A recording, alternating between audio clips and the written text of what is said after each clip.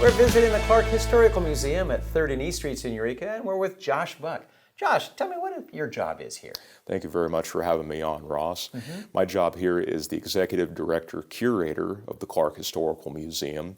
It's my responsibility to oversee the day-to-day operations here and to curate all kinds of exhibits that we have on display for the public, as well as overseeing all kinds of events like the one that we have coming up. Well, let's talk about the museum's annual fundraiser, A Very Victorian Tea. What makes this tea party event so special? It's one of my favorite events of the year because it's truly an opportunity for an authentic experience where not only are we able to preserve history with the proceeds, but we're able to make history come alive for the attendees. It's one of the few opportunities here locally where people are encouraged to dress up in Victorian era regalia and dresses and suits and come on down and have a splendid time at a variety of Victorian era homes here in Eureka every year. Well, when they attend the event, what can they expect? Well, they can expect a beautiful venue.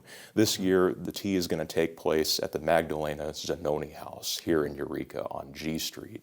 Ron Kuhnel has very graciously given not only the Clarke Museum's staff the opportunity to see the home, but now attendees will get an opportunity as well. There's going to be hors d'oeuvres and, of course, plenty of tea catered by Brett Schuler. And folks can expect to come on down and have a splendid time in the sun. And there will be a live painting as well and harp music. Live harp music doesn't get too much better than that. Josh, why does the Clarke Historical Museum focus so much on the Victorian era? Well, Ross, it really started with our founder, Cecile Clarke. She was a local high school teacher, and she loved to share artifacts with her students. And one of the many types of artifacts that she shared with them were items from the Victorian era. This room that we're in represents what it would have been like to be a very wealthy individual back during the Victorian era. Generally speaking, the Victorian era ended with the death of Queen Victoria in 1901. But it took so long for trends to reach from the east to the west coast that we think the Victorian era around here ended in about 1910. And if you tour the streets of Eureka, you see these magnificent structures everywhere. Queen Anne Victorians, the Carson Mansion, and the Zanoni House that people will get to see at this event. Talk a little bit about the auction at the event. Of course.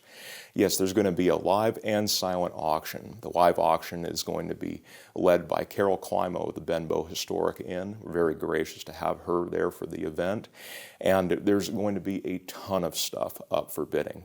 We have searched high and low, and especially in a year where budgets are tight, we're very fortunate to have so many local businesses, both in Humboldt and Mendocino, who have contributed towards this, in addition to many nonprofits who will be giving over memberships, swag, you name it. And there's a lot of good opportunity. And you can see that entire list of auction items by going to theclarkemuseum.org, correct? Correct.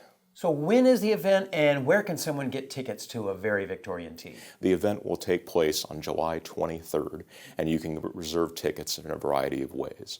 You can reserve them online on our website, or you can come down to the museum in person and buy them as well. If you need assistance with the website, please feel free to give us a call, of course. Our phone number is on the line. And we look forward to having folks reserve these and come on down and have a splendid time with us. Josh Buck, Executive Director and Curator here at the Clarke Historical Museum. Thanks for having us. Thank you very much for having me on, and we hope to see you at A Very Victorian Tea on July 23rd. And always remember to swing on by and check out the museum's latest exhibits.